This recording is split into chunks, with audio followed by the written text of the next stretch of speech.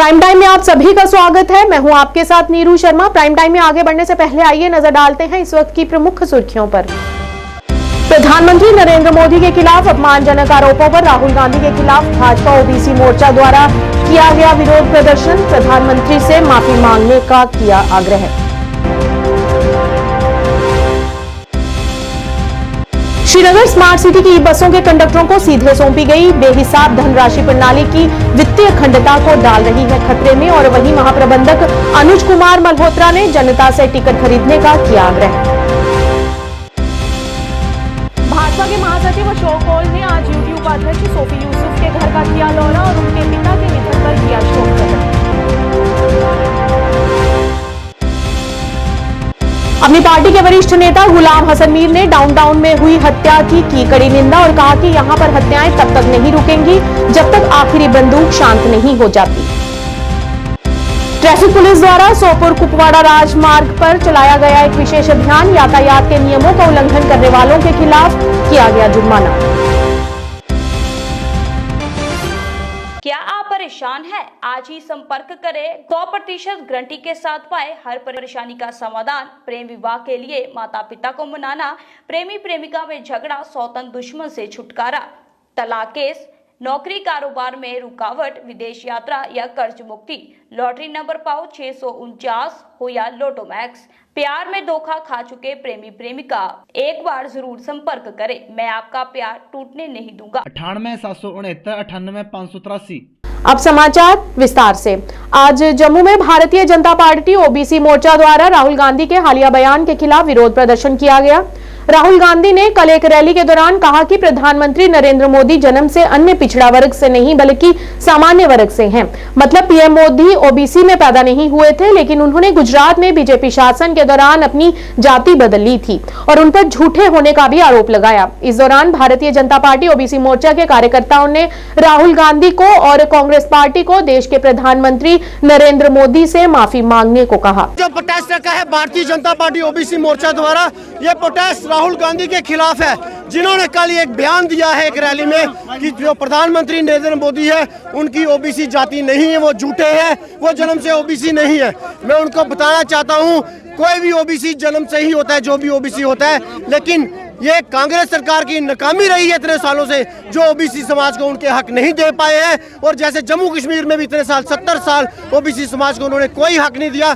केवल एक मोदी सरकार है जो पिछले 10 साल में ओबीसी के हकों को लेकर आई है और ओबीसी को समाज को हक दे रही है। मैं आपके माध्यम से कहना चाहता हूँ राहुल गांधी जी से, आपको पूरे देश से माफी मांगनी चाहिए, ओबीसी समाज से माफी मांगनी चाहिए। देश के प्रधानमंत्री बिल्कुल जायज नहीं है, क्योंकि प्रधानमंत्री देश का प्रधानमंत्री है और एक ऐसा प्रधानमंत्री इतने सालों के बाद देश को मिला है जो देश के लिए कार्य कर रहा है, देश को विश्व गुरु बनाने की ओर ले चल रहा है। पूरी दुनिया जिसको झुककर सलाम करती है, और वही एक ऐसी कांग्रेस पार्टी और एक ऐसा उनका युवराज उनके खिलाफ टिप्पणियां करता है, एक बहुत शर्मनाक है, उनको शर्म आनी चाहिए। श्रीनगर स्मार्ट सिटी की ई बसें जो कभी प्रदूषण से निपटने और दुर्गम मार्गों तक पहुंचने के लिए मशहूर थीं, अब संभावित संकट का सामना कर रही हैं। जनता की संतुष्टि के बावजूद एक चिंताजनक मुद्दा सामने आया है, क्योंकि यात्री टिकट खरीद की उपेक्षा करते हैं, जिससे सेवा की स्थिरता के लिए गंभीर खतरा पैदा हो गया है।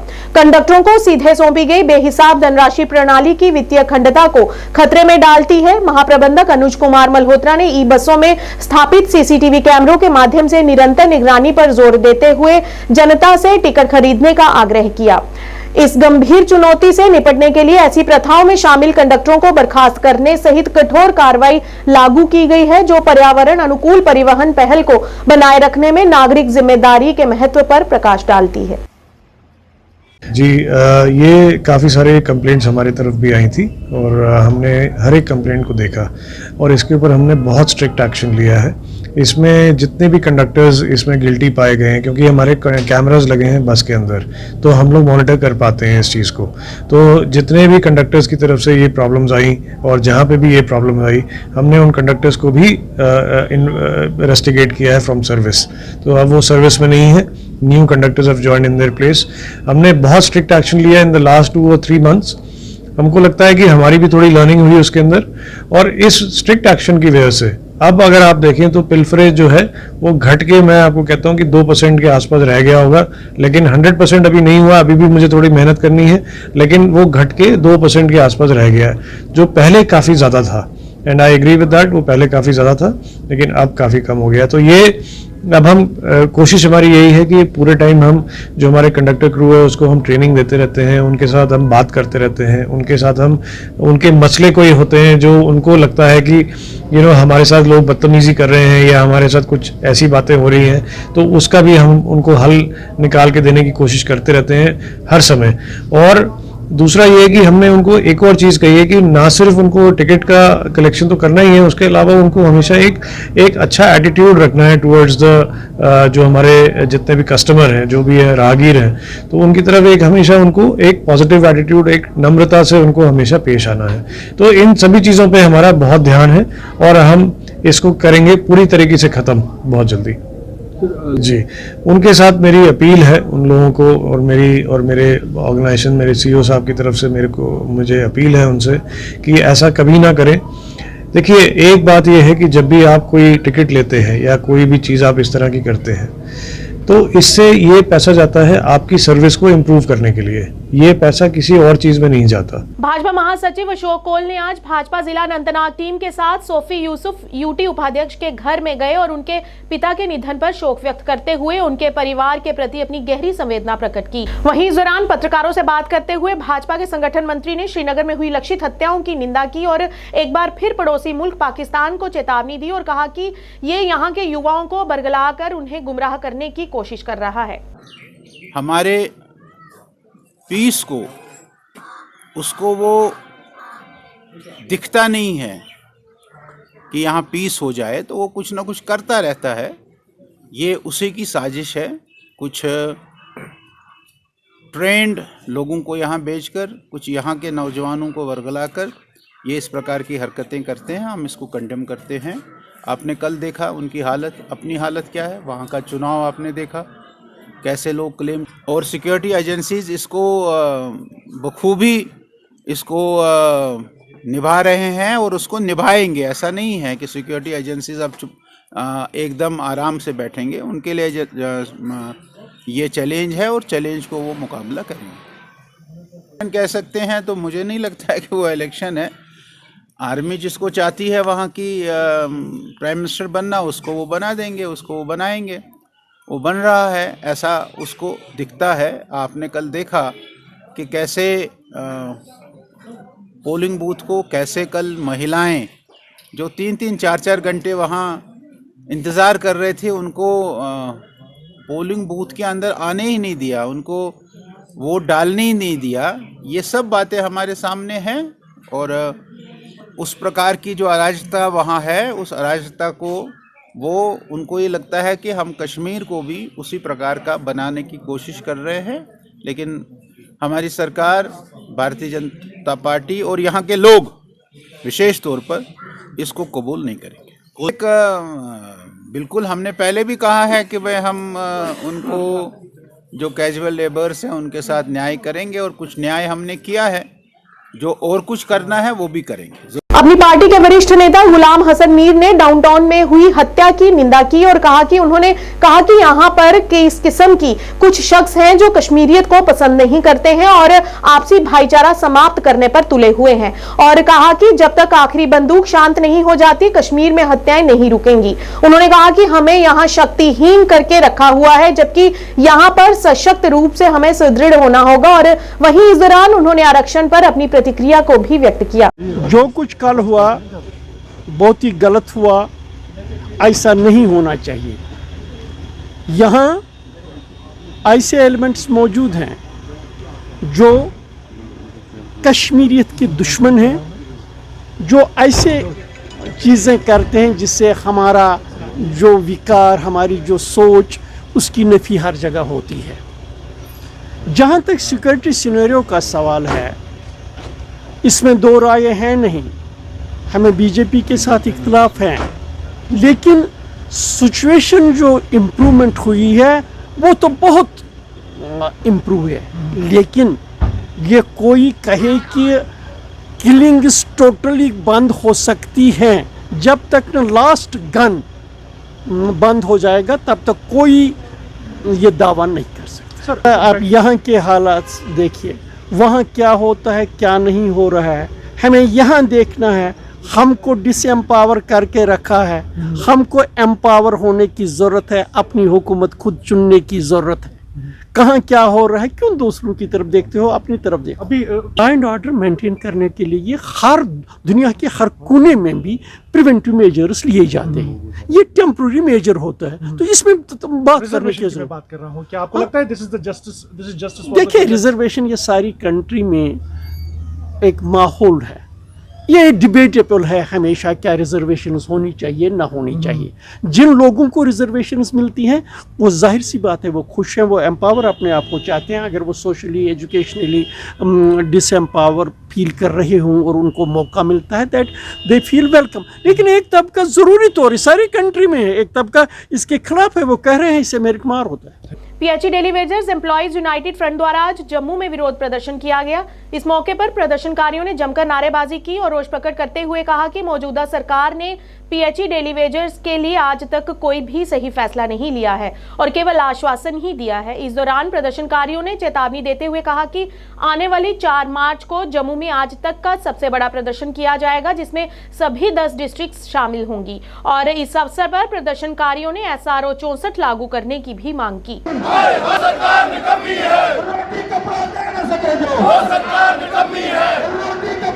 मैं रवि हंस, member PHE employees United front.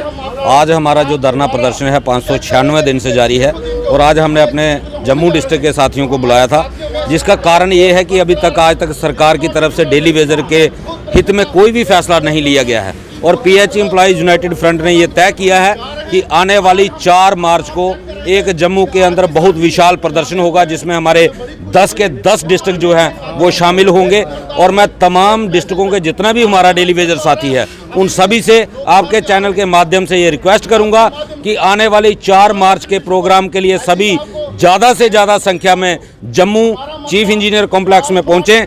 और सरकार के लिए हमारा स्पष्ट संदेश है, पॉलिसी नहीं तो घर वापसी नहीं। अगर 4 मार्च के प्रोग्राम में कहीं भी कोई वायलेशन होता है या जनता के लिए कोई परेशानी क्रिएट होती है, उसके लिए एलजी साहब और केंद्र में बैठी हुई मौजूदा सरकार जो है वो जिम्मेदार रहेगी, क्योंकि इस मौजूदा सरकार ने हमारा 17 महीने का पेंडिंग जो वेजेस दबा के रखी हुई है, जो बिल्कुल कानून का सरासर उल्लंघन है, संविधान का खून है। हम इस चीज़ को बर्दाश्त नहीं करेंगे, अपना हक लेकर रहेंगे। ये सरकार तय करे कि सरकार पीसफुली तरीके से देना चाहती है या वायलेशन करवा के देना चाहती है, ये एलजी साहब खुद तय करें। जय हिंद। श्रीनगर में 2 निर्दोष लोगों की हत्या की निंदा करते हुए नागरिक समाज के सदस्य, व्यापारी महासंघ और बारामूला के नागरिक आज एकत्र हुए और एक कैंडल लाइट मार्च निकाला और लक्षित हत्याओं के निर्दोष नागरिकों के परिवारों के प्रति अपनी सहानुभूति व्यक्त की। दृढ़ निश्चय के साथ प्रतिभागियों ने अधिकारियों से इस घृणित कृत्य के लिए जिम्मेदार अपराधियों को सख्त से सख्त सजा देने की मांग की।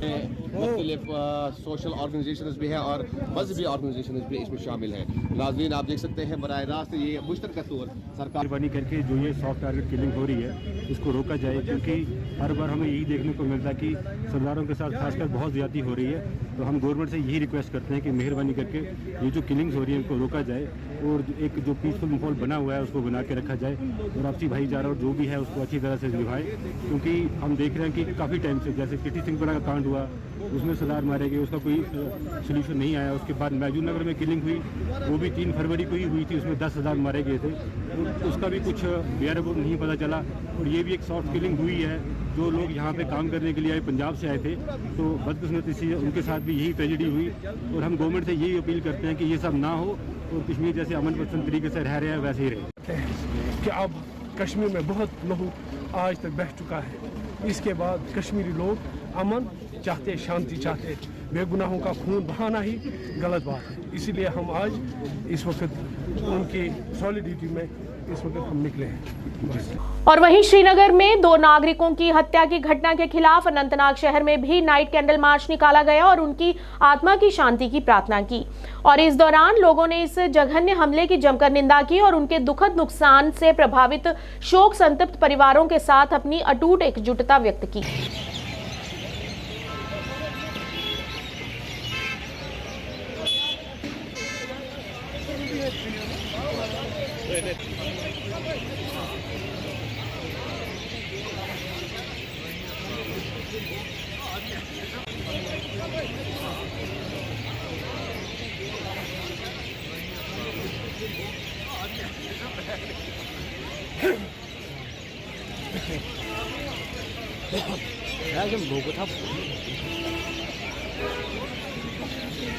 फकीर अहमद हूँ और नेशनल कांफ्रेंस के साउथ जोन प्रेसिडेंट और कांस्टिट्यूंसी इंचार्ज डूरू हूँ। जहाँ तक कल के जो बेगुनाह लोग मारे गए, नेशनल कॉन्फ्रेंस और ख़ास तौर मैं इसकी मजम्मत करता हूँ। बेगुनाह लोगों का कत्ल किसी भी मज़हब में जायज़ नहीं है। आज जो कैंडल मार्च यहाँ निकाला गया और उन लोगों के साथ यकजहती का इजहार किया गया अन्ना लोगों ने, मैं इनकी सराहना करता हूँ। ये अच्छी बात है, हमें उनके साथ यकजहती का इजहार करना चाहिए और जो लोग भी इसमें मुलविस हैं उनको सख्त से सख्त सज़ा मिलनी चाहिए। हम इसका तो हर एक इंसान जो बाज़मीर आदमी है वो तो इसकी निंदा करेगा ही करेगा। ये एलजी सरकार की जिम्मेवारी बनती है आम लोगों और ख़ासकर जो हमारे बाहर के लोग यहाँ हैं उनका तहफ़्फ़ुज़ करना, ये सरकार की अवली जिम्मेवारी होती है। यातायात पुलिस ने दुर्घटना और मृत्यु की घटनाओं को कम करने के लिए सोपोर कुपवाड़ा राजमार्ग पर उल्लंघन करने वालों, विशेष रूप से दोपहिया वाहनों, बिना हेलमेट के सवारी करने, ओवरलोडिंग, लापरवाही से गाड़ी चलाने वालों के खिलाफ विशेष अभियान शुरू किया है और वही उल्लंघनकर्ताओं के खिलाफ सख्त कार्रवाई भी की गई।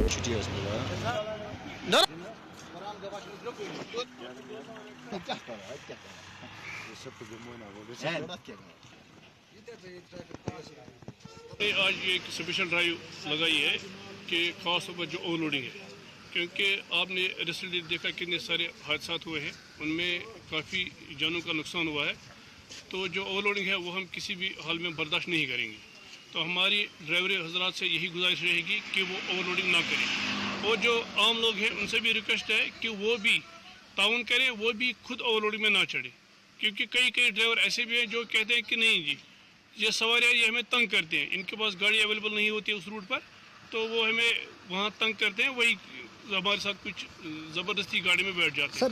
ड्राइवर साहब को उस वक्त ऑन स्पॉट, जब भी हम ऐसे किसी ड्राइवर को देखते हैं, एक तो उसको हम ऑन स्पॉट चालान करते हैं, चालान के एक साथ साथ हम उसको ये भी वार्न करते हैं इस चीज़ के लिए कि आपको ये नहीं करना है, क्योंकि अगर वो उनको कुछ भी कह सकते हैं, वो उनको कोई चोरी करो या कुछ भी करो तो वो नहीं करना है। उसको अकॉर्डिंगली जो उसको अपनी आरसी के मुताबिक जो सवारियाँ पास है, चाहे 7 है या 9 है, वो बिठानी है। जितनी सीट कैपेसिटी उसको है उसी के हिसाब से वो सवारियाँ बिठाएगा।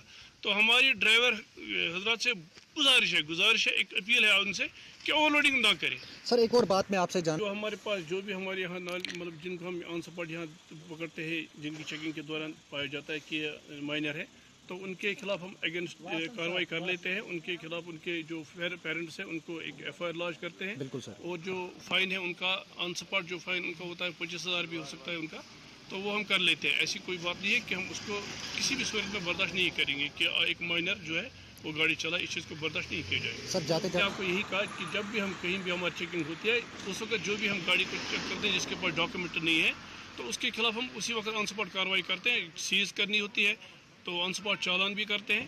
तो जो भी उनके रूल के हिसाब से उनके खिलाफ कार्रवाई होती है वो हम करते। उत्तरी कश्मीर के बांडीपुरा जिले के मलिकपुरा हाजिन क्षेत्र के निवासियों ने प्रशासन पर नाराजगी व्यक्त की और कहा कि क्षेत्र में लिंक रोड जर्जर हालत में है, जिससे स्थानीय लोगों को कई समस्याओं का सामना करना पड़ रहा है। उन्होंने कहा कि कई बार प्रशासन को समस्या के बारे में सूचित भी किया गया, लेकिन उन्होंने हमारे लिए कोई महत्वपूर्ण कदम नहीं उठाए और अब स्थानीय लोगों ने जिला प्रशासन से हस्तक्षेप कर प्राथमिकता के आधार पर लिंक रोड की मरम्मत कराने की अपील की है ताकि लोगों को परेशानी न हो।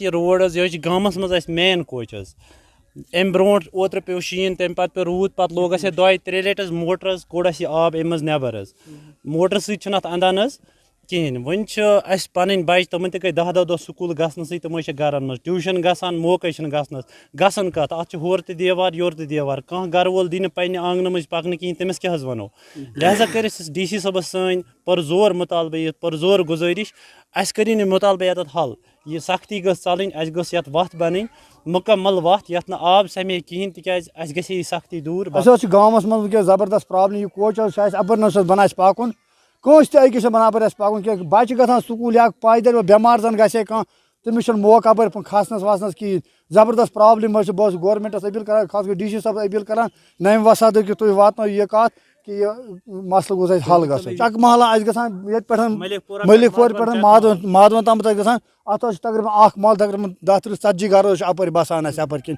जबरदस्त प्रॉब्लम अपर किन वनकस एडमिशनल डीसी वन डीसी साहबस तह दपा मेहरबानी कर गोस रोड बन जनाब अपर ग मतलब जमींदार घर वाल तमाम अयाल कट पे मलिकपुर खास कर मलिकपुर रक्या हजन मलिकपुरा मगर उस मतलब ये पंचायत बॉडी अमन तक अपील हर कंस डीसी साहबस तक अपील आज नव कर गुजारिश गोस बन यह रोड गन शुर स्कूल पकान माज बेन जमींदार पकान घर वाल पकान अयाल पकान यपर कह बनान वनस वो तुम पान तह लांग बूट लगित पे आब मज पक। ग्रामीण विकास विभाग के मनरेगा जीआरएस एसोसिएशन के आम चुनाव जिला बारामूला में आयोजित हुए, जिसमें शेख बशारत को ब्लॉक अध्यक्षों द्वारा वोट जातियों के माध्यम से दूसरी बार फिर से जिला अध्यक्ष चुना गया और उनके प्रतिद्वंदी पीर सैफुल्लाह को उपाध्यक्ष घोषित किया गया। और उन्होंने आश्वासन देते हुए कहा कि वे अपना काम पूरी ईमानदारी से करेंगे और उन्होंने अपने सभी कर्मचारियों से मेहनत और लगन से काम करने के निर्देश दिए। काम करेंगे और आने वाले वक्त में इंशाल्लाह ईमानदारी से अपने अपने दिए गए ओहदे को निभाने की भरपूर कोशिश करेंगे। साहब, ये आपकी बात सही है कि मैं इससे भी पहले डिस्ट्रिक्ट प्रेसिडेंट था। 2014 से मैं डिस्ट्रिक्ट प्रेसिडेंट हूँ नरेगा एसोसिएशन बारामूला यानी खास जीआरएस एसोसिएशन बारामूला का। तो आज जो मेरी टर्म ख़त्म होने वाली थी, जो इस सिलसिले में भी यहाँ पर एक इलेक्शन हो गया। मेरे जो वाइस अपोजिट कैंडिडेट थे सैफुल्लाह पीर साहब, उनको आज हमने वाइस प्रेसिडेंट बना दिया और हमारे जो मुलाजमीन यहाँ पे ब्लॉक प्रेसिडेंट्स ने, तो मैं उनका भी शुक्रगुजार हूँ कि ये मैं अपने अपने मुलाजमीन डिस्ट्रिक्ट बारामूला का कि उन्होंने फिर इस चीज़ के मुझे लायक समझा है। मेरे लिए एजाज़ की बात है और मैं उनको एश्योर कर रहा हूँ कि मैं अपनी तरफ से कोई कोताही नहीं बरतूंगा अपने मुलाजमीन की इज़्ज़त रखवाली के लिए। और मेरी मैसेज भी है अपने मुलाजमीन को कि वो दयानतदारी से काम करें, करप्शन ना करें, लोगों तक पहुँचे। हमारे जो जम्मू कश्मीर सरकार का पैगाम है कि ग्राउंड में जाके लोगों के मसाइल सुने, कि मैं उनसे अपील करता हूं अपने मुलाजमीन बारामूला के तमाम नरेगा मुलाजमीन से कि वो अपने बीडीओ साहिबान की रिस्पेक्ट दे, अपने एसीडी साहिबान, अपने डीसी साहिबान, अपने सेक्रेटरी साहिबान, जितने भी लोग हैं आम लोगों की खिदमत करें। We are public servants, we are not any officers and we consider ourselves that we are the public servants and we will serve the people honestly with dedication. Kashmir के ऊंचाई वाले कई इलाकों में ताजा बर्फबारी हुई है, जबकि मैदानी इलाकों में बारिश हुई। और वहीं पहलगाम में ताजा बर्फबारी देखने के लिए पर्यटक अब यहां का रुख कर रहे हैं और आनंद उठा रहे हैं। पहलगाम पोनी एसोसिएशन के अध्यक्ष वाहिद अहमद वानी ने इस खूबसूरत पर्यटन स्थल पर सभी से आने की अपील की और यहां आकर प्रकृति के मनोरम दृश्यों को अपनी आंखों में समेटने का आग्रह भी किया है।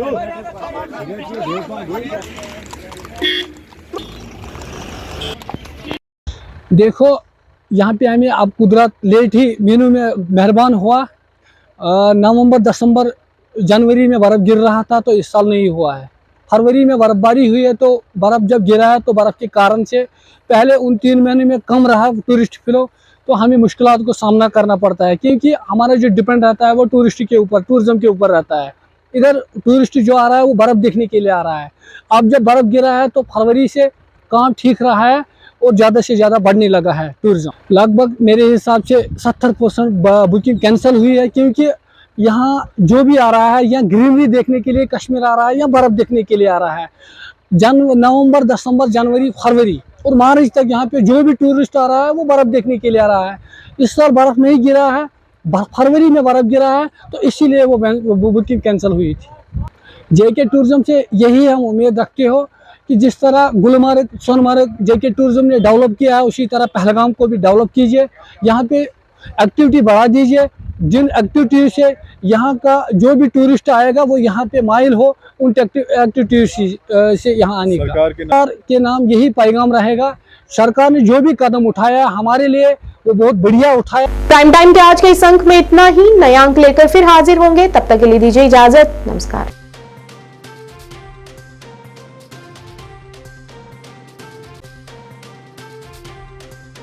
मैं यहाँ पर स्पष्ट करना चाहता हूँ अध्यक्ष महोदय, बहुत सारे लोग इस क्वेश्चन को भी क्रिएट करने का कोशिश करते हैं, इसमें आशंका व्यक्त करते हैं। जो वहाँ पर ऑलरेडी हमारे गुर्जर, बकरवाल, गद्दी समुदाय के लोग हैं, मैं इस आशंका को स्पष्ट करना चाहता हूँ कि उन्हें शिक्षा में, नौकरी में उसके आरक्षण के साथ कोई छेड़छाड़ नहीं होगा, बल्कि इन सारे जो अभी हम जिनको सम्मिलित कर रहे हैं न्याय देने के लिए, उनके लिए भी व्यवस्था होगी और जो व्यवस्था है वो व्यवस्था बरकरार रहेगी। जानकी सैनिटेशन नौशहरा रजौरी, जहां आपको मिलेंगी फ्लोर टाइल्स, वॉल टाइल्स और सेंटर फिटिंग की बेहिसाब वैरायटी। तो अगर आप अपनी पसंद की किसी भी तरह की टाइल्स या सेंटर फिटिंग खरीदना चाहते हैं तो रुक करें सिर्फ जानकी सैनिटेशन का। हमारा पता है Janki sanitation, Gujral Chowk, Nowshera, Rajouri. Phone number 9419171840, landline number 01960230294। Anvi International School, admission open for classes pre-nursery to 8. For details, contact on 7298212270 or 9796212270। ਤੁਸੀਂ ਪਰੇਸ਼ਾਨ ਹੋ ਅੱਜ ਹੀ ਸੰਪਰਕ ਕਰੋ। ਮੋੜੀ ਵਸ਼ੀਕਰਨ ਕਰਵਾਓ, ਮਨ ਚਾਹਾ ਪਿਆਰ ਪਾਓ। ਪਰੇਸ਼ਾਨੀ ਜਿਵੇਂ ਪਤੀ ਪਤਨੀ ਚ ਝਗੜਾ, ਸੌਤਨ ਦੁਸ਼ਮਣ ਤੋਂ ਛੁਟਕਾਰਾ, ਪਿਆਰ ਚ ਧੋਖਾ, ਹੋਇਆ ਪਿਆਰ ਵਾਪਸ ਪਾਉਣਾ, ਕਰਜ਼ਾ ਮੁਕਤੀ, ਤਲਾਕ ਕੇਸ, ਵਿਦੇਸ਼ ਯਾਤਰਾ ਜਾਂ ਪਿਆਰ ਚ ਰੁਕਾਵਟ, ਲਾਟਰੀ ਨੰਬਰ ਪਾਓ 649 ਹੋਵੇ ਜਾਂ ਲੋਟੋ ਮੈਕਸ। ਪਿਆਰ ਵਿੱਚ ਧੋਖਾ ਖਾ ਚੁੱਕੇ ਪ੍ਰੇਮੀ ਪ੍ਰੇਮਿਕਾ ਇੱਕ ਵਾਰ ਜ਼ਰੂਰ ਸੰਪਰਕ ਕਰੋ। ਐਕਚੁਅਲੀ ਮੇਰੇ ਤੇ ਮੇਰੇ ਬॉयਫ੍ਰੈਂਡ ਦਾ ਬ੍ਰੇਕਅਪ ਹੋ ਗਿਆ ਸੀਗਾ ਤੇ ਮੈਂ ਕਾਫੀ ਜ਼ਿਆਦਾ ਡਿਪਰੈਸ਼ਨ 'ਚ ਰਹਿਣ ਲੱਗ ਗਈ ਸੀ ਤੇ ਮੈਂ ਫਿਰ ਇਹਨਾਂ ਕੰਟੈਕਟ ਕੀਤਾ ਤੇ ਇਹਨਾਂ ਤੋਂ ਵਸ਼ੀਕਰਨ ਕਰਵਾਇਆ ਤੇ ਮੇਰਾ ਕੰਮ ਬਹੁਤ ਅੱਛਾ ਤੇ ਬਹੁਤ ਜਲਦੀ ਬਣ ਗਿਆ।